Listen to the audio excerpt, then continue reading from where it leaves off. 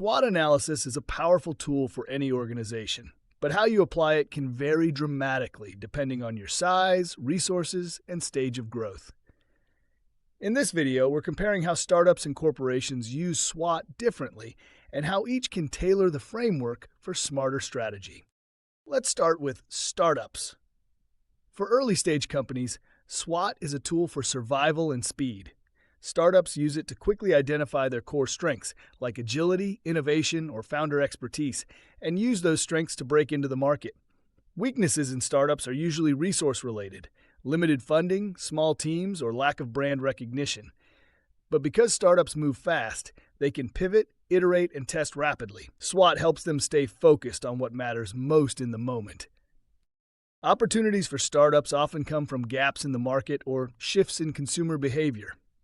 The key is to stay lean and laser-focused.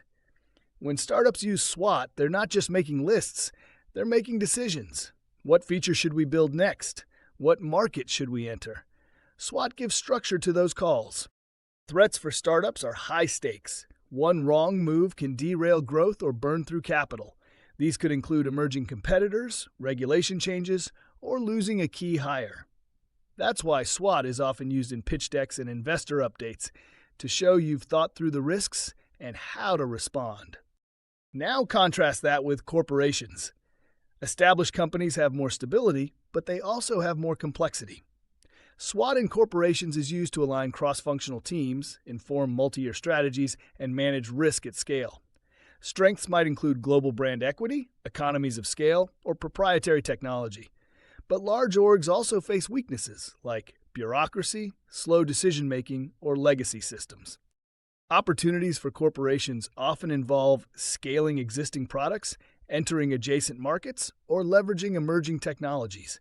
SWOT helps them prioritize because they can't chase every shiny object. With many stakeholders and moving parts, they need clarity on what aligns with their broader vision. Threats for corporations can be subtle but significant.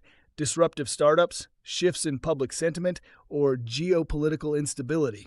The challenge isn't just identifying these threats, it's acting on them before it's too late. SWOT becomes a tool for early detection and strategic foresight. In short, startups use SWOT to navigate uncertainty, while corporations use it to manage complexity. Startups focus on quick wins and adaptability. Corporations focus on scalability and sustainability.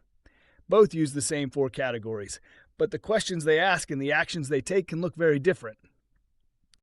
Whether you're building something new or managing something big, SWOT helps you zoom out, get clear, and move forward with intention.